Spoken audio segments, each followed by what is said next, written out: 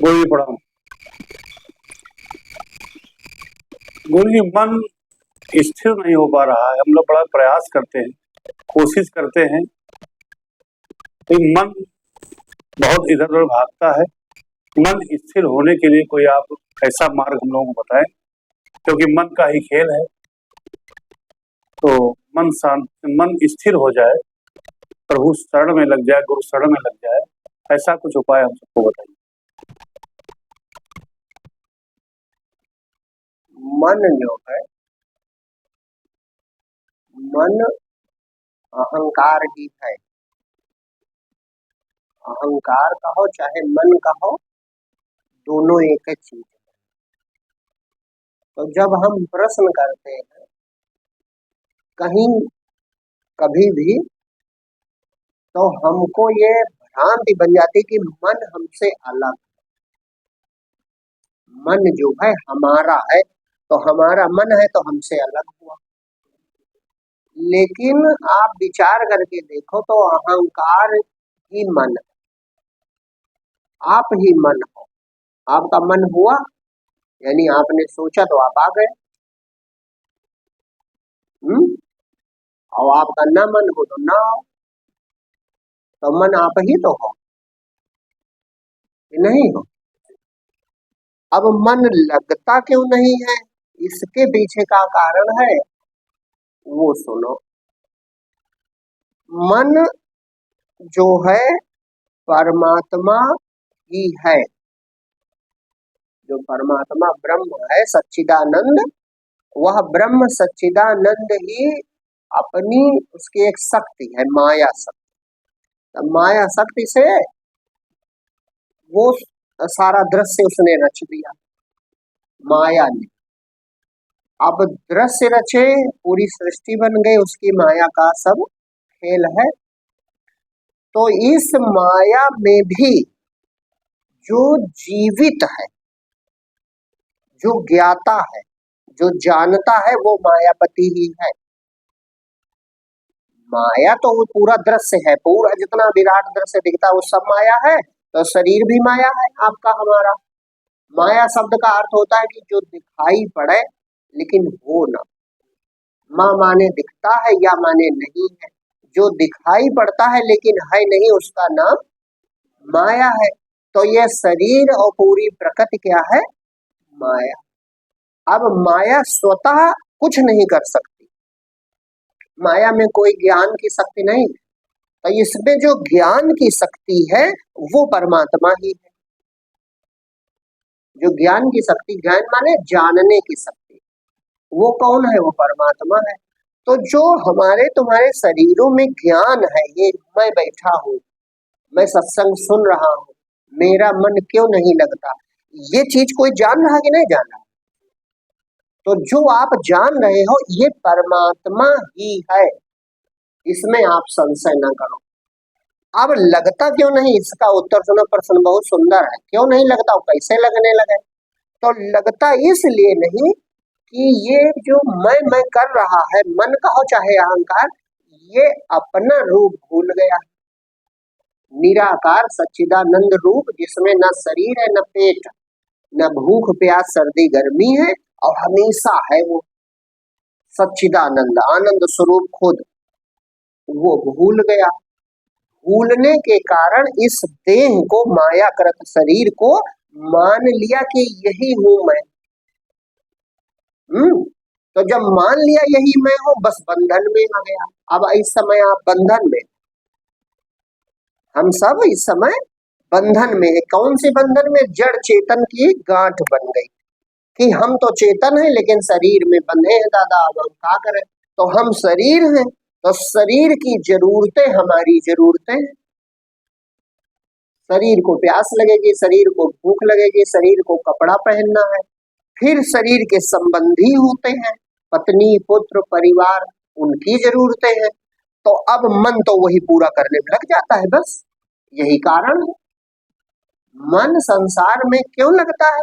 वो तो अपना अच्छे काम कर रहा है, वो सुखी होना चाहता, वो अमर होना चाहता। ना अमर हो सके तो ज्यादा से ज्यादा दिन तक स्वस्थ तो बने रहे, ना, माने वो भगवान वाली सब चीजें चाहता है, अजर हो जाए, बूढ़ा ना हो, अमर हो जाए, कभी मरे ना, कोई दुख ना रहे, सुखी हो जाए। तो वो आत्मा को ये सब बनाना चाहता, क्योंकि आत्मा ऐसा ही है। अब भ्रांति के कारण वो खुद को देह माने, तो जब खुद को देह माने हैं तो पत्नी पुत्र परिवार को भी देह माने। अब देह प्रकृति है तो प्रकृति को प्रकृति की जरूरत पड़ती है। तो भैया जब तक हम अपने को देह माने रहेंगे तब तक मन भगवान में नहीं लगेगा, माया में मन लगेगा। क्यों? क्योंकि तुमने खुद को माया मान लिया, तुमने खुद को दृश्य शरीर मान लिया है। तो भाई इसको तो भूख लगेगी, तो रोटी का इंतजाम करना पड़ेगा, प्यास लगेगी तो पानी चाहिए, कपड़ा चाहिए, और इतना पूरा भी हो जाए तो अब एक भ्रांति है कि तृष्णा पैदा हो जाती है कि नहीं बहुत हो जाए। कारण इसमें कहाँ छुपा है? अब खूब सुनो तिवारी जी, कारण यहाँ छुपा है। तृष्णा क्यों पैदा हुई? वो अकारण नहीं है, तृष्णा इसलिए पैदा हुई कि शरीर की तो उसने भूख प्यास मिटा दी, शरीर को तो कपड़ा पहना दिया, लेकिन प्यासा है मन, भूखा है मन। मन चाहता है परमानंद, मन चाहता है बहुत बड़ा सुख, अपरंपार सुख।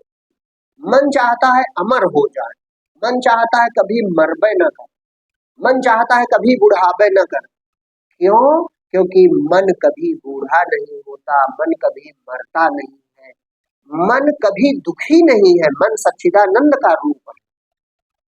वो जीव की परिभाषा लिखी है, ईश्वर अंश जीव अविनाशी चेतन अमल सहज सुख राशि। तुम सुख की राशि हो, खुद सहज रूप से, ये नहीं सुख पाना, तुम सहज में सुख राशि हो। अब वही सुख ढूंढ रहा। अब सुख राशि तो परमात्मा है, लेकिन भ्रांति के कारण, गुरु के पास न जाने के कारण, आत्म ज्ञान का विवेक न होने के कारण वो सोचता है कि शरीर की चीजें बहुत हो जाए तो हो सकता है हमारे सुख राशि मिल जाए। अब क्या ढूंढ रहे हो तुम अपना स्वरूप ढूंढ रहे, ढूंढ का रहे हो आप, स्वरूप माने अपना ही अंतिम रूप ढूंढ रहे हो। लेकिन भ्रांति भ्रम के कारण देह के जुड़कर ढूंढ रहे हैं, देह से जुड़ के ढूंढ रहे हैं। अब देह को अमर करना चाहते हो तो अमर नहीं होगी, ये मरेगी जरूर। देह अजर नहीं होगी, ये बूढ़ी होगी जरूर। देह छूटेगी जरूर, और देह में तमाम विकार भरे रहेंगे। तो फिर देह के द्वारा मन की इच्छा कभी पूरी नहीं होती, इसीलिए तृष्णा लगी रहती कि और मिल जाए, हो सकता है हो जाए, और मिल जाए, और मिल जाए। तो चाहे कोई गरीब से गरीब हो और चाहे कोई अमीर से अमीर हो, सुखी कोई नहीं होता। क्यों?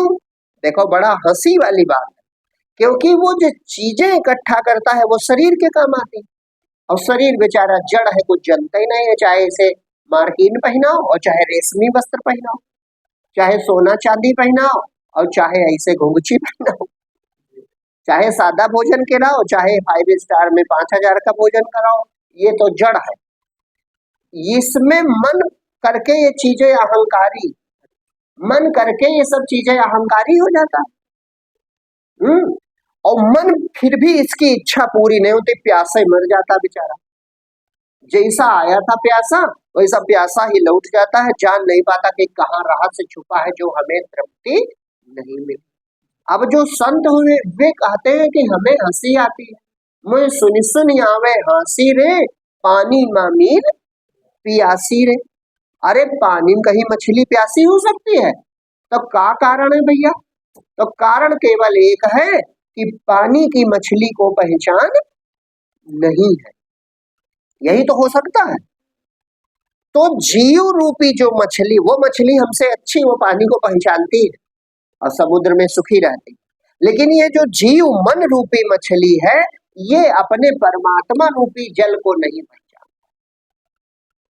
समझ गए मन न रुकने कारण का? मन भगवान में लगे कैसे? क्योंकि मन तो ठीक है जगह पर लगा है, वो देह अपने जानता है तो देह की जरूरत पूरी कर रहा है। का कोई मन पागल है? वो ठीक काम कर रहा है। अब जब मन को समझाया जाए कि यार तुम तो रात में भी ऐसी ही देह बन जाते हो, और वहां भी तुम इसी तरह रोते गाते सुखी दुखी होते हो, खाते पीते, और जागे तो वो देह कहाँ छूट गई। तो इसका मतलब तुम देह नहीं हो। दूसरी चीज, मृत्यु होती है तो प्रमाण देखते हो कि लोग सब कहते हैं कि चले गए चले गए चले गए, देह तो पड़ी रहती है। तो वो चले जाने वाली वस्तु ही तो ज्ञाता है, वो ईश्वर का लक्षण है ज्ञान। उसमें 3 गुण है, सत चित आनंद। तो चित माने ज्ञान, ज्ञात करना, ये गुण एक ही समय है तुम में, जीव में। और सत्य और आनंद, सत्य भी गुण है, ये मिटता नहीं है। आनंद अपना भूल गया है, बस एक ही बात हो गई, आनंद को भूल गया है और आनंद ढूंढ रहा है। लेकिन अब देह को मैं मान रहा है, तो देह को मैं मानने के कारण वो देह में आनंद पाना चाहता है, देह से आनंदित होना चाहता है, वो देह लेकर अमर होना चाहता है, वो देह लेकर निर्विकारी होना चाहता है, और ये कभी नहीं होगा।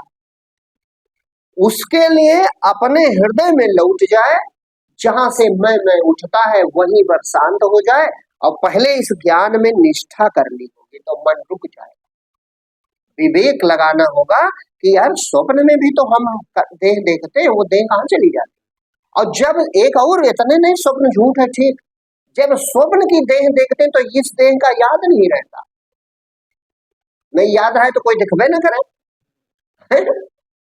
ये धरती नहीं दूसरी धरती पे चलते हैं, ये सूरज नहीं दूसरे सूरज का प्रकाश होता है, यहाँ का भोजन नहीं वहां दूसरा भोजन होता है, उससे भी उस शरीर का पेट भरता है। तो तुम यार 2 जगह रह सकते हो, तो तुम कोई अलग चीज हो, तुम देह नहीं, देह तुम नहीं हो। और गहरी नींद में देह हो, होश नहीं रहता। मृत्यु में देह का अज्ञान पूरा तरह से हो जाता है, ध्वंस सुखते। दूसरे लोग कहते हैं कि वो चले गए, तो जो चला गया वो निराकार ही तो है, क्योंकि आकार तो जला दिया जाएगा, पंचभूत से बना, पंचभूत में मिला दिया जाएगा। तो जो चला गया, पकड़ो, जो चला गया उसी का नाम है संजय तिवारी। तो नाम किसका है? नाम नामी का है, परमात्मा का। इसीलिए कहा जाता है कि नाम बड़ा है भैया, नाम जपो, नाम पकड़ो, नाम का धन कमाओ। नाम धन कमाओ माने ये नाम जिसका है, किसको कहा जाता है? उसी चेतना को। किसी का नाम लो, कौन बोलेगा? चेतना बोलेगी। और चेतना निकल जाए, नाम धन निकल जाए तो कोई उत्तर नहीं मिलेगा। तो नाम किसका है? यही नाम सत्य है, तब कहते राम नाम सत्य है। वो निकल गया भैया राम नाम, तो उसको थोड़े कहते हैं जो पीछे वाले समझाया जाता है कि पहचानो राम नाम सत्य है, मर न जाओ इसमें चक्कर में। वो तो गया, वो का सुनेगा। और ये सब सोचते हैं इसी को हम कह रहे हैं। ये देखो हाल, पीछे जो 200 आदमी चल रहे हैं वो सब उसी जो चला गया उसे कहते हैं राम नाम सत्य। और होश नहीं आता कि समझाया जा रहा है, अपने बारे में देखो कि नाम ही सत्य है। हाँ, जिसका नाम कहा जा रहा है वही चेतना सत्य। तुम्हारा सत्य अभी तुम्हारे पास है, उसे देख लो, काम बन जाए। वही राम है, जो नाम है वही राम है, ये समझो बात को। जो नाम है तुम्हारा, नाम से जो चीज का बोलती है, जैसे हमने कहा मुकेश, तो मुकेश से जो अंदर उत्तर देने वो, जैसे कहा राहुल, तो राहुल जैसे कहा तो शरीर तो बोल, तो उत्तर देने को तैयार हो गया, वो राम। पकड़ो इसी बात से, सदगुरु पैया लागू नाम लखाए दे, माने नाम को दिखाता है गुरु कि पकड़ो अपने अंदर ये नाम क्या है। तो चेतना है कि नहीं है तिवारी? हर समय विद्यमान, हाजिर हुजूर है, और छिपता कभी वही बोले पट से। और देह ये तुमसे दूर है, ये देह इसी लोक में रह जाएगी, स्वप्न में तो नहीं जा पाती। तुम चले जाते हो, ये इधर रह जाती है, बाहर गेट एंट्री नहीं है उधर उस लोक में, स्वप्न लोक में जागृत लोक की एंट्री नहीं, और जागृत लोक में स्वप्न की एंट्री नहीं। लेकिन तुम कितने बढ़िया, हर जगह पास बना है, वहां भी जाओ यहाँ भी जाओ, तुमको कोई रोक नहीं सकता, बेरोक टोक आ सकते हो। काहे? क्योंकि तुम परमात्मा हो, सब लोग तुम्हारे अंदर, सब लोग तुम्हारे अंदर है। तो कारण क्या है? जो प्यास है। अब समझो बात, प्यास जो सच्ची प्यास है, परम सुखी, तृप्त, निर्भीक, निश्चिंत, अजर अमर हो जाने वाली, वह प्यास हर जीव में होती है और इसी प्यास के कारण मनुष्य जीवन भर दौड़ता है। लेकिन संत कहते हैं कि वह प्यास बुझेगी अपने हृदय में वापस लौटेगी। आराम सबको का चाहिए? किसी को राम चाहिए? तो एक बार संशय, राम से चाहिए, राम का लेके का कर पे उन्होंने हमें खवाई पियाई, 4 जने काम नहीं चला था, उन्होंने का इंतजाम करे। तो राम का चाहिए, राम से चाहिए। लेकिन उसी व्यक्ति से पूछो आराम चाहिए, तो कहेगा आराम के लिए तो सब काम करते हैं। तो अब ये होश नहीं आता कि आराम मिलता है काम न करने से। मूर्खता देखो भाई, वो रोज का अनुभव है कि आराम तब मिला जब सब छोड़ छाड़ के चारपाई पे गए और सो गए, तो आंख मूंद के बेहोशी में जाके राम के गले लिपट गए।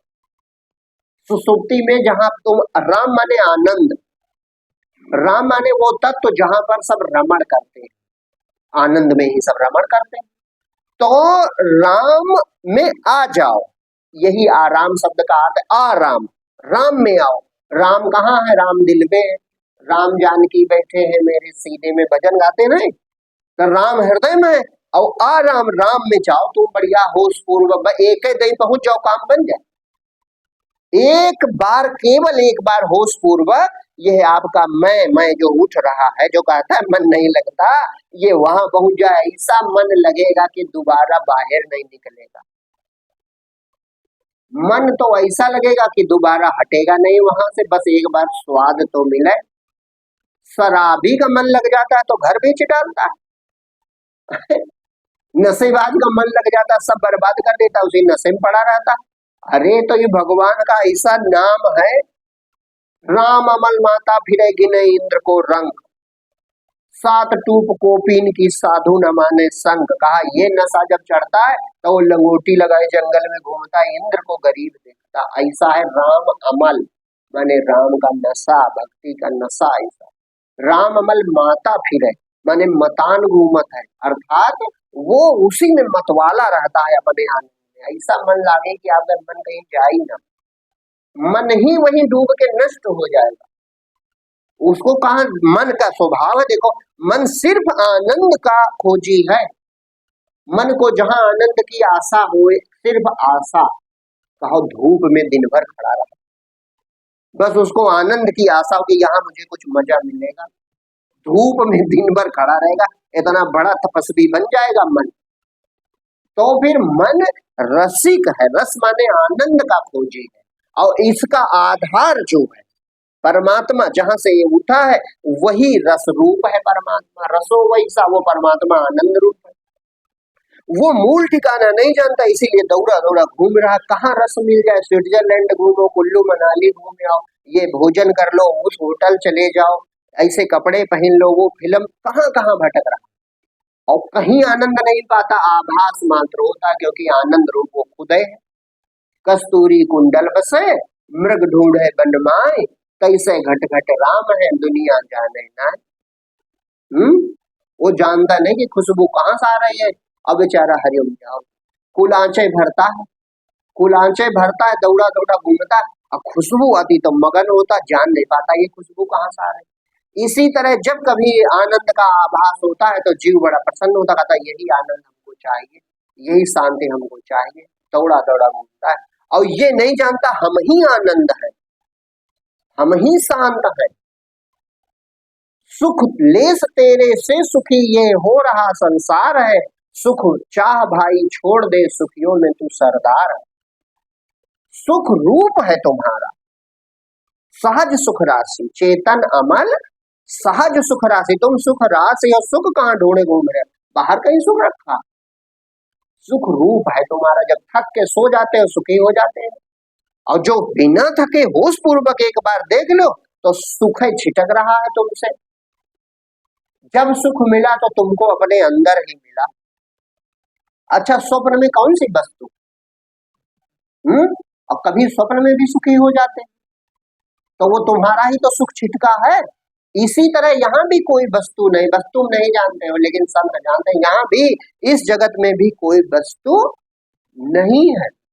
अभी लिखा है, अभी तुरंत उद्धव जी से भगवान कहते हैं कि संसार में उद्धव जी मन न लगाओ और मैं मुझसे प्रेम करो और मेरे चरणों में अनुराग रखो और तुम परमात्मा को पा जाओगे। तो उद्धव जी प्रार्थना करने लगे, प्रभु हम अज्ञानी हैं, हमारे मति में अज्ञान है, इसलिए हम तो इसी पुत्र परिवार संबंध में हमारा मन रमता रहता। वही आप वाली बात की मन इसी में लगा है। तो इसे दशा में हमें कोई सुलभ वैसा मार्ग बताओ कि जिससे हम आसानी से भगवत प्राप्ति कर सके। तो भगवान ने दोबारा कहा कि उद्धव जी, जिस तरह ये जगत देख रहे हो, ये जो बाहर जिसको तुम अपना मान रहे हो, ये मनोराज और स्वप्न से ज्यादा सत्य नहीं। 3 प्रकार की सृष्टियां होती है, एक मनोराज, दूसरा स्वप्न और तीसरा जागरण। तो भगवान कहते हैं कि जो जागृत दुनिया देख रहे हो, अच्छा स्वप्न वाला जब जागते हो तो स्वप्न में भी पत्नी थी, पुत्र था, परिवार था, घर भी था, तो उसके लिए कभी रोता है आदमी? जागने के बाद कभी नहीं रोता और बड़ा खुश होता है कि चलो छुट्टी मिली। एक बवाल बिना मतलब सो रहे थे और चलो इससे हमको छुट्टी मिल गई। इसी प्रकार जो संत होते हैं जब आत्म पद में जाग जाते हैं तो बड़े खुश होते हैं कि चलो बवाल से छुट्टी मिली, मरे जा रहे थे, कहीं कुछ था ही नहीं। समझ रहे हो? लेकिन अभी तो अज्ञान है। तो भगवान भी उद्धव जी के यही कहते हैं कि तुम इसमें मन न लगाओ, ये मनोराज और स्वप्न से ज्यादा सत्य नहीं है। जैसे मन से बैठ के कुछ सोचो तो सब झूठ, कुछ सपन देख लो तो सब झूठ, उसी तरह यह भी सब झूठा ही है। तुम अपने को पहचानो, हृदय में तुम्हारे मैं रहता हूँ, भगवान कहते हैं मैं तुम्हारे हृदय में हूँ। तो जब उसको देख लोगे तो सबकी आत्मा तुम ही हो जाओगे। सब शरीरों में जो आत्मा है वो मैं हूँ, ऐसा ब्रह्मज्ञानी को ज्ञान बना रहता है, अब कभी दुखी नहीं होता। अब इससे भी और सरल हम बतावें, पाना यही है तुमको, लेकिन तुम केवल एक काम करे, कोई बस इस होता क्या है, ज्ञान बड़ा नहीं कि बहुत देर तक कहना, होता यह है कि इस ज्ञान को हमारा मन अचानक सत्य नहीं मान पाता, बहुत दिन तक सत्संग करना पड़ता है। इसीलिए लिखा कछु काल कीजिए सत्संगा तब हुई है जी संशय भंगा। मान नहीं पाता, नहीं तो केवल इतनी बात में काम बन जाए कि हृदय में परमात्मा है। संजीव केवल 2 ही बात मान जाओ, हृदय में परमात्मा है, पूर्ण निष्ठा कर लो और परमात्मा ही सबका मालिक है, ये तो जानते हो। अब अगर तुम्हारा अलग मैं बना है तो इस मैं को केवल प्रार्थना में लगा दो और कुछ ना करो, तुम केवल यही प्रेम है, प्रभु हमें अपने में डुबा लो, हे नाथ हमको अपने में डुबा लो, हे प्रभु तुम हृदय में हो, हमारा कल्याण करो। उस सच्चाई से तुम प्रार्थना करना शुरू कर दो रातों दिन, और बहुत जल्दी तुमको अद्भुत अलौकिक अनुभव ना हो तो यही तिवारी जो बता रहे सबसे सरल मान, इससे सरल कुछ नहीं, भक्ति से सरल कुछ नहीं। प्रेम पूर्वक भगवान की शरण में रहना, इससे सरल और कुछ भी नहीं है। और है ये पूर्ण ज्ञान की बात, हृदय में सच्चिदानंद है और उसी भगवान चेतना शक्ति से मैं का भाव उठता है।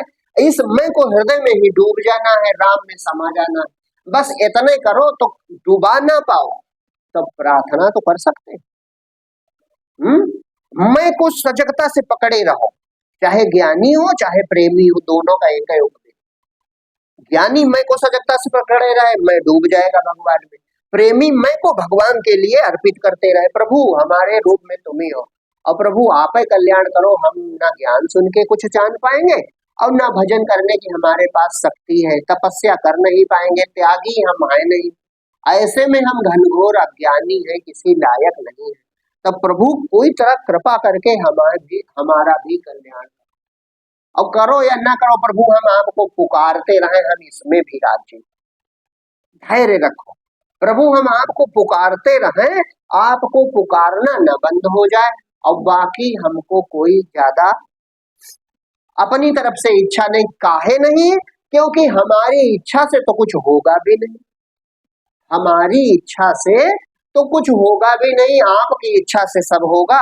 तो प्रभु जैसा चाहो वैसा करो, लेकिन आपकी याद बनी रहे। इतनी कृपा करो कि आपकी याद बनी रहे, आपकी जो ये स्मरण करने की जो ये वृत्ति मिली है आपकी कृपा से कम इतनी जरूर जीवित बनी, तब भगवान खुश हो जाएंगे।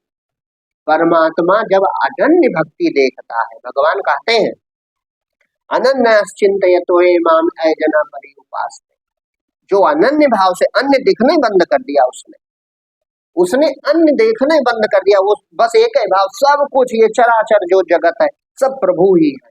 एको ब्रह्म द्वितीयो नास्ति, एक अकेला राम जगत में सब जग उसकी माया है, दूजा कौन कहाँ से आया रे मन तू भरमाया है। तो जो अनन्य भाव से भगवान से प्रेम करने लगता है, तो भगवान कहते हैं तेसाम नित्याभियुक्ता नाम योगक्षेमम वहाम्यहम्, उसको योग का जो ये रास्ता है ये वहन मैं कर दे, माने उस जीव को मैं, बाहर से भी वो भार उठाता है और अंदर का योगक्षेम वहन करता है, यानी जीव को अपने में लय करके दिखा देता है कि देखो बेटा चिंता न करो, हम तो एक है।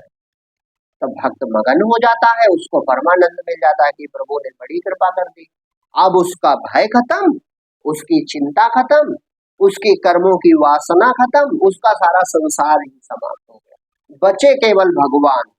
अब वो खाते पीते सोते जागते व्यवहार करते संसार में चलते हर समय वो भगवान में ही रहता है। वो उसकी गति जो ब्रह्म ज्ञानी है उसकी गति केवल वही खुद जान सकता है,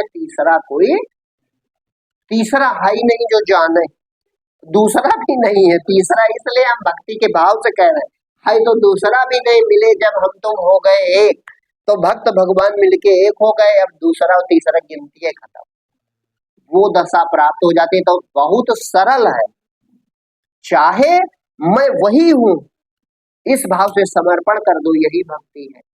नहीं कर पा रहे हो तो प्रभु तुम ही हो, वो बात एक है कि बस शब्द बदल रहा, प्रभु तुम ही हो, कृपा करो ताकि हमारा कल्याण हो जाए। कहने में कोई दोष नहीं, इसी को असली जप जानो, सोहम ही असली जप है, बाकी सब नकली जप, बाकी में समझना पड़ेगा। और इसमें सीधे सीधे कि प्रभु तुम ही हो हमारे रूप में, तुम ही हो प्रभु हमारे रूप। सोहम का बड़ा साफ अर्थ है, प्रभु मेरे रूम में तुम ही हो, शरीर तुमने बनाया, श्वास तुम चलाते हो, भोजन तुम पचाते हो, सब धरती तुमने बनाई, प्राण वायु तुमने बनाई, अनाज फल दूध सब्जी तुमने बनाई, तो तुम्हारे अलावा और कौन है? और मेरे अंदर ये जो मैं की शक्ति उठ रही है ये भी तुम ही हो, हम तो नहीं जानते कि कोई और है। देखने की शक्ति, आंख बनाने की शक्ति, आंख से रूप ग्रहण करने की शक्ति, कान बनाने की शक्ति, कानों से शब्द ग्रहण करने की शक्ति, जिह्वा बनाने की शक्ति और जिह्वा से सब रस पाने की शक्ति, ये सब तुम कर सकते। तो जब हम कुछ को नहीं जानते तो हम कहाँ हैं? झूठ मूठ का काहे बने रहो, परछाई की तरह जानो, अहंकार परछाई है शरीर और परछाई दिखती, बस इसी तरह जानो। तो ये अहंकार भगवान को समर्पित सौंप दो, बस यही सबसे बड़ी भक्ति है, सबसे सरल है और सब ही सुलभ, सब दिन सब देशा। भगवान सबको सुलभ है, सब दिन सब ठौर, हर जगह। अरे ये सुनने में तुमको इस तरह लगता है, सच्चाई इससे बहुत उलट है, जब जानोगे तो चकित रह जाओगे। भगवान ये सब देख रहे, इतने लोग बैठे सत्संग में, परमात्मा देख रहा, परमात्मा जान रहा है, उसी के हृदय में बैठे सत्संग कर रहे हो। जो सोच रहे हो तुम मन में, तुम्हारा हम नहीं जानते, हमारा तुम नहीं जानते, लेकिन दोनों का कोई जानता है, सबका हाल कोई जानता है। केवल एक ही भाव हमेशा रखो कि हमारा हर हाल प्रभु जानते हैं, तो तुम पूर्ण भक्त हो जाओ, तुम भ्रांति में आ जाते हो। भगवान को बताना है, भगवान के पास जाना है, भगवान से अपना दुख सुनाना है, ये सब अज्ञान। हर समय हर काल में हर जगह जब भगवान है तब हमारी भ्रांति है जो हम बने हैं। अरे प्रभु तुम ही हो, तुम भगवान को हर जगह साक्षी मानो, समझे हो भगवान देख रहा हमको, तो आप इतना शुद्ध हो जाओगे, इतना निर्मल की भगवान प्रकट हो जाएगा, निर्मल हृदय में भगवान प्रकट हो जाएगा। जब तक कुछ संशय, कुछ मोह, कुछ वासना बनी रहती है, तब तक भगवान का स्वरूप प्रकट नहीं होता। और जैसे मन एकदम निर्मल हुआ, यही मन निर्मल होता है। निर्मलता क्या है? विचार रहित हो जाना, इच्छा रहित हो जाना, वासना रहित हो जाना, कोई इच्छा ना करना, बस निर्मल हो गए। और जैसे कबीरा मन निर्मल भया, जैसे गंगा नीर तो पीछे पीछे प्रभु फिरे, कहे कबीर कबीर। जैसे मन निर्मल हुआ, जगमग जगमग ज्योति जले है सबके निस दिन आठों याम सभी के मन मंदिर में। जैसे निर्मल हुए बस जगमग ज्योति प्रकाशित हो गए, तो जीव निहाल हो गया कि प्रभु मिलन हो गया। इतना सरल है, कठिन है। कारण केवल अपने बलिहारी माया का प्रभाव की कोई न विश्वास करे ज्ञान पे, न कोई इसकी इच्छा करे। बड़ा जादुई बात है, इच्छा भी नहीं करता, वो दुनिया की इच्छा किया करता है हमेशा। अब ये सोचो, जब तुम नहीं थे तो तुमने इच्छा की थी कि एक माता पिता चाहिए। और भगवान पैदा अगर करना तो एक ध्यान रखो, एक धरती बनाओ जिसपे हम रहेंगे, और प्राण वायु बनाओ ताकि सांस ले सकें, कुछ अनाज वनाज बनाना, फल सब्जी बनाना ताकि हम खाएं पिए, जल भी बना देना ताकि हम पानी पिए, अंदर अंग बनाना। तुम कुछ बुद्धि सोचो तो पागल हो जाओ, का ये सब तुम मांग सकते हो? तो जिसको इतना ख्याल है, तुम उसको छोटी छोटी बात बताते हो। बताओ ठीक है, लेकिन संशय न रख के बताओ, उस तरह बताओ जैसे पिता से पुत्र मांगता है, उस तरह बात करो, तब तो ठीक। जैसे वो इसलिए नहीं बताता कि पिता नहीं जानता, वो इसलिए बताता कि हमको चाहिए, वो लड़ाई करता है। तो इस तरह पूर्ण विश्वास से, तब भक्त कहता भी है कुछ है तो पूर्ण विश्वास से कहता है। पिता से पुत्र मांगता है, लेकिन इस तरह नहीं कि अज्ञान में कहीं है पिता तो सुनेगा, गुस्साया जाता कि आज ये चाहिए नहीं, स्कूल न जाएगा, होता कि नहीं होता? कहे नहीं, सबके पास मोबाइल है, हमका चाहिए जरूर। तो हठ पूर्वक बल पूर्वक ये आत्मीयता है, ये विश्वास है। तो ऐसा विश्वास प्रकट करो कि प्रभु तुम न हो तो श्वास कैसे चले, आप ना हो तो खून कैसे दौड़े, आप ना हो तो शरीर कैसे जीवित है, आप ना हो तो भोजन कैसे पच रहा, तो तुम ही हो। ये हमारा अज्ञान है कि हम देख नहीं पा रहे हैं। तो अपना अहंकार गिराते चले जाओ, अपना मैं मिटाते चले जाओ। और जब तुम मैं मिटाओगे, देखो मैं, अब वो बात तो जो तुमसे कहे थे, बता, मैं जो है सबसे नीचे है, और मैं तुम ऊपर आए रहते हो, ऊपर आए मैं सबसे रहता है, सबसे पहले बोलेगा शरीर भर में, सबसे हाँ हाँ का बताओ।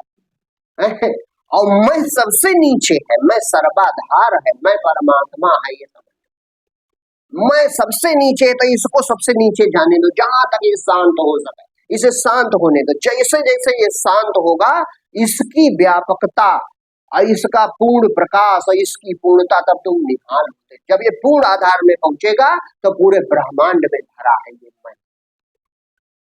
ऊपर उठा है इसीलिए लहर की तरह तुम्हें महसूस होता, तो तुम अपनी महिमा नहीं जानते।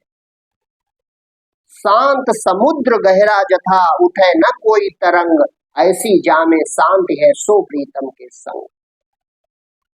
इतना जितने शांत होते चले जाओगे, ये मैं डूबता चला जाएगा। डूबेगा का जैसे धरा तो अपने उसमें पहुंचा स्वरूप में भाई एक हो जाएगा। जैसे लहर अलग रहा है तब तो लहर, और डूब गई तो समुद्र बचा कि लहर बची, समुद्र बचा। बस इसी तरह मैं आपका जैसे आधार में पहुंचा सबसे नीचे, वाह परमात्मा सबसे पीछे हो जाओ और सबसे नीचे रहो, तो तुम सबसे बड़े हो जाओ। क्योंकि जो सबसे बड़ा है वो सबसे नीचे रहता है। सबसे नीचे कौन? धरती है, धरती से ज्यादा विस्तार है किसी का? सब इसी धरा है। धरा माने जिसपे सब कुछ धरा, उसी का नाम धरा। धरा माने सबको धारण करे, तो सबसे नीचे है। इसी तरह परमात्मा सर्वाधार है। इसी असंख्य धरतियों को जो धरे है, ऐसी असंख्य धरती जो धारण कर सकता और धारण किए रहता है अपने एक अंश मात्र में, वो परमात्मा है, वो तुम हो। परमात्मा माने तुम्हारा ही अंतिम आत्मा रूप, परमात्मा माने अलग नहीं। इस समय तुम जीव आत्मा, क्योंकि ऊपर उठ आए हो तो शरीर को चिपक गए हो, तो शरीर जीवित बना रहे, इस भाव का नाम जीवात्मा। और अपने आधार में चला जाए तो ये परमात्मा। तो परमात्मा वो पहले सब जानता है, ईश्वर में अज्ञान नहीं है कभी भी, तब वो तुमको अपने में डुबा लेगा, वो स्वयं जीव को खींच लेगा अपने में। लेकिन किसको खींचेगा? जो ये चाहेगा कि हमें भगवान खींच ले। तो प्रार्थना ही ये प्रमाण होता है कि जीव चाहता है। प्रार्थना करते रहो निरंतर कि प्रभु हमारा कल्याण करो, जानो कुछ चाहे ना जानो, तुम जानने चक्कर में न पड़ो। जानोगे का माया जानोगे, जान के सपने में चाहे जितना जानो, जागे का जाने, कुछ नहीं जाने। सपने में बहुत बड़े तुम सब ज्ञान कर लो और जागे तो का बचा है, बड़े धनवान हो जाओ तो का बचा, और पूरे सपने में नाम हो जाए प्रधानमंत्री बन जाओ, जागे का बचा। तो इसके चक्कर में ना पड़ो, आधार में पहुंचो, प्रभु से प्रेम करो, प्रार्थना करो कि प्रभु हमें अपनाओ, तो धीरे धीरे कल्याण हो जाए। समर्पित रहो, प्रभु तुम ही हो मेरे रूप में, परमात्मा तुम ही हो मेरे रूप में, नाथ तुम ही हो मेरे रूप में, उसी के शरण में हमेशा बने रहो, तो धीरे धीरे परमात्मा आपको अपना लेगा और तब तुम पूर्ण हो जाओगे। अब तुम मिटोगे नहीं, पूर्ण हो जाओगे। तो जब तक शरीर रहेगा तब तक परमात्मा का प्रतिनिधि हो जाते हैं संत जन। प्रतिनिधि नहीं कहा जाता है कि वो उनके प्रतिनिधि है, तब प्रतिनिधि माने वो जो बोले जानो सांसद बोल रहा है ना। तो संत भगवान के प्रतिनिधि बन जाते हैं। काहे? परमात्मा बोलेगा तो शरीरों से ही, तो जो परमात्मा को जान लेता है परमात्मा उसे ही अपना यंत्र बना लेता है, निमित्त। अब उसी के द्वारा संसार के काम कराने लगता है। तो इसीलिए संतों से महापुरुषों से बड़े बड़े काम भगवान करवाते हैं।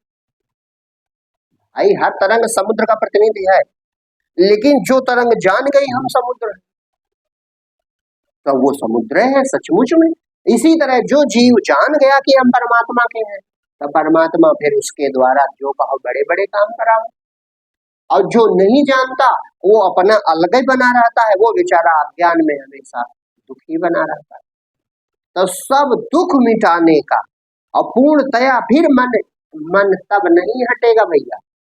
हमारे हरिहारिल की लकड़ी है, ऊधो जोग तिन्है लई सौंपो, जिनके मन चकरी।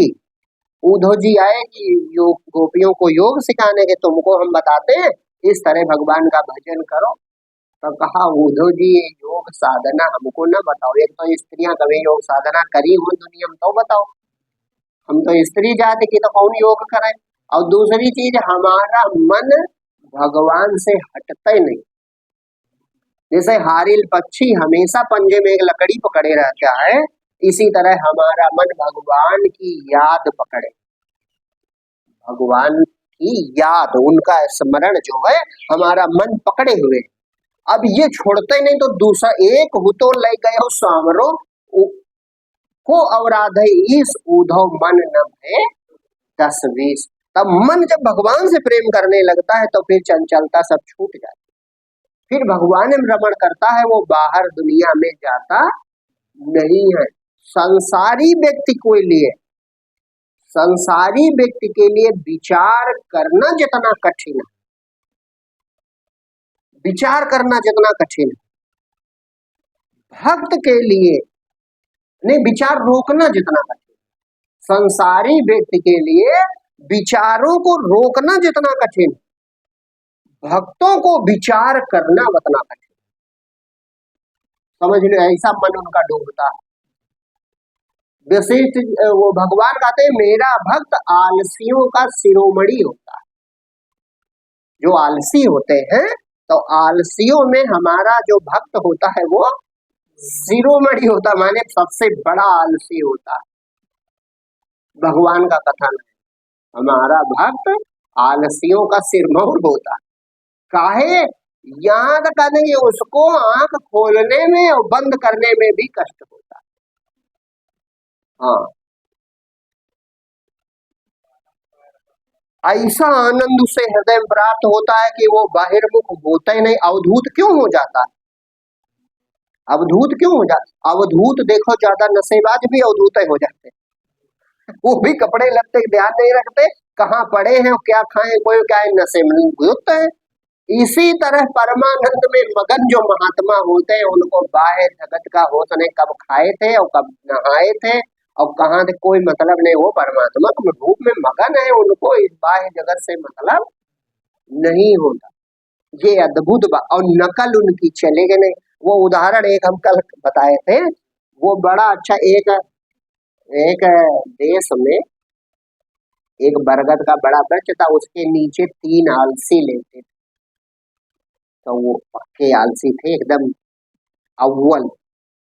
तीनों लेटे, तब बरगद का वो गिरता है ना, हाँ गोदा, तो एक जो था वो जहां तक हाथ पहुंच जाए वहां तक जो गोदा वोदा गिरे तो खा ले, और दूसरा मुंह खोले केवल, हाँ हाथों को कोई कष्ट नहीं दे, मुंह में गिर जाए तो गिर जाए, और तीसरा मुंह न खोले, बिल्कुल मर जाएंगे तो मर जाए, कोई खवाएगा तो खा लेंगे, नहीं कोई बात। हाँ टिकट आलसी तीनों पड़े। अब उधर से एक देश के राजा साहब ने, उसी देश के जो राजा थे वो निकले, मंत्री थे, उनके सेवक थे, तो कहा कि ये 3 आदमी कौन लेटे हैं? कहा महाराज ये अपने देश के रतन है। रतन है? अरे हाँ ये आलसी रतन है, ऐसा आलसी कोई नहीं है, तीनों पड़े रहते हैं इसी बरगद के नीचे। तो कहा कि खाते पीते कहाँ? कहा देख नहीं रहे हो ये कुछ नहीं करते, पहले मर जाए भले, खाएंगे नहीं, करेंगे कुछ नहीं। तो कहा अरे ये तो रतन है, इनको उठवा ले चलो। तो उठवा लिए और ये अपना एक बाड़ा बना था, उसी में कहा इसे छोड़ दो, अपना समय से इनको भोजन दे देना। तो समय से भोजन उनको राजा दिलवा दे। अब वो तीनों उसमें अपना पड़े, उनसे कोई मतलब नहीं, भोजन मिला तो ठीक, न मिलता तब भी कोई बात नहीं।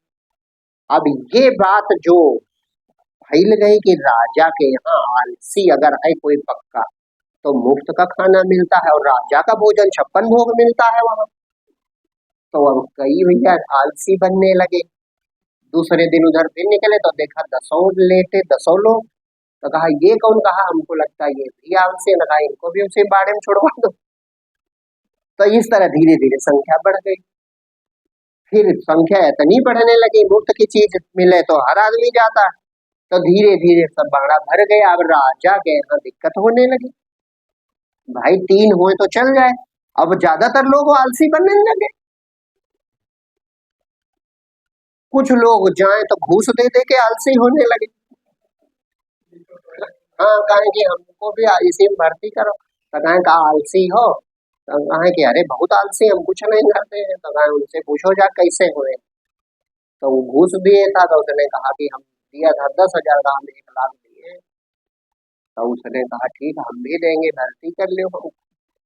मतलब मुफ्त की चीज जब होती है तो उसमें हर आदमी दौड़ता। तो राजा के यहाँ मंत्रियों ने कहा कि महाराज जो भंडार गृह है धीरे धीरे खर्च हो रहा। तो कहा काहे? तो कहा अरे बहुत आलसी बढ़ गए, जाके आप देखो तो कितना आलसी भरा, ऐसा पूरा भर गया। तो कहा इतना आलसी? तुम तो कहे थे 3 रतन है। तो मंत्री से कहा किया जाए? कहा महाराज ये सब नकारे लोग हैं, इसमें आग लगवा दो और कुछ न करो, इनको ये भी न कहो कि आग लगी, हाँ खुद सब भाग जाएंगे। तो बस किनारे प्याल लगा के और बाड़े में आग लगवा दी। अब किनारे किनारे चलने लगा। अब नकली वाले सब भागे, उठ उठ के भागो भागो दादा भागो, नहीं जल जाएंगे।